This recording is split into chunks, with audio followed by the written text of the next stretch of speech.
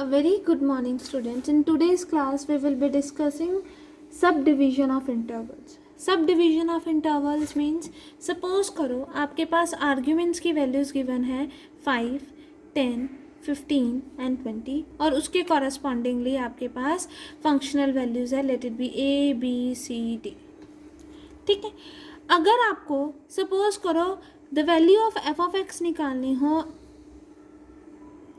at x is equals to 6 also, 7 also, 8 also and 9 also. तो आप क्या करोगे? Newton's Gregory formula for forward interpolation निकालोगे. पहले एक बार x को 6 पुट करोगे, उसके कॉरेस्पॉन्डिंगली u की वैल्यू निकालोगे, सारा प्रोसेस करोगे. फिर x इज इक्वल्स टू 6 के लिए f ऑफ x की वैल्यू निकलेगी.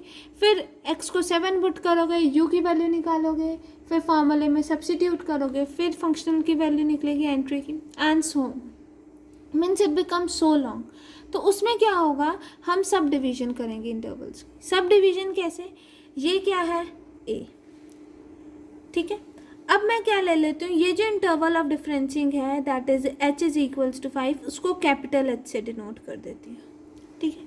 और अब मैं क्या कर देती हूँ, 5 से 10 तक एक सब डिवीजन ऑफ इंटरवल्स बना देती हूँ दैट इज 5, 6, 7, 8, 9, 10. ठीक है, इतनी बात समझ आई. तो अगर a5 है और इंटरवल ऑफ डिफरेंसिंग इसमें h इज इक्वल्स टू 5 है, तो ये क्या होगा a प्लस कैपिटल h. ये हमारे पास मेन इंटरवल के लिए हो गया. अब जो हमने सब डिवीजन करी, ये तो a की वैल्यू ही है. अब इसमें h की वैल्यू क्या होगी, दैट इज इंटरवल ऑफ डिफरेंसिंग की वैल्यू क्या होगी 1. इंटरवल ऑफ डिफरेंसिंग की वैल्यू क्या होगी 1. ये a, तो ये a प्लस एच, ये a प्लस 2h, ये a प्लस 3h, ये a प्लस 4h और ये प्लस 5h. यही हुआ ना, इतनी बात समझ आई. मतलब a plus 5h is equals to a plus capital of h. तो हम लिख सकते हैं ना a plus 5h is equals to a plus capital of h.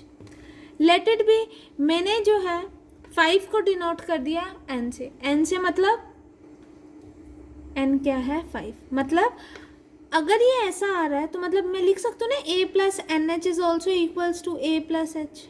तो यहाँ पर n की जगह जस्ट 5 सब्सिट्यूट हुआ. इतनी बात समझ आई. अगर इनके आर्ग्यूमेंट्स इक्वल हैं तो इसके कॉरस्पॉन्डिंगली एंट्रीज भी तो इक्वल होंगी, तो वो एंट्रीज भी इक्वल हो गई हमारे पास. ठीक है. अगर ये एंट्रीज इक्वल हो गई तो शिफ्ट ऑपरेटर क्या होता है, y a plus h means e of y of a, क्योंकि इंटरवल ऑफ डिफरेंसिंग h है तो e of y of a. अगर y of a plus n h है तो क्या होगा, अब देखो शिफ्ट ऑपरेटर कैपिटल e की power n y of a, तो ये तो गलत हो जाएगा ना. मुझे मतलब बड़े वाले इंटरवल के लिए एक शिफ्ट ऑपरेटर लेना पड़ेगा और स्मॉल इंटरवल के लिए एक शिफ्ट ऑपरेटर लेना पड़ेगा. तो मैं क्या करती हूँ, let e be the shift operator for shift operator for interval of differencing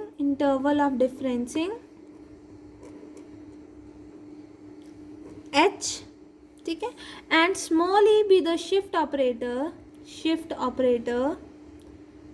for interval of differencing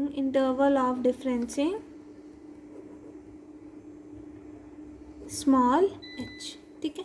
तो यहाँ क्या आ जाएगा, स्मॉल e की power n y of a और यहाँ क्या आ जाएगा कैपिटल e की पावर 1 y ऑफ a. इतनी बात समझ आए. अब मुझे ये भी पता है कि बेसिकली e किसके इक्विवेलेंट होता है 1 प्लस डेल के. ठीक है ना. तो मैंने मान लिया इस शिफ्ट ऑपरेटर के लिए let del be the difference. ठीक है.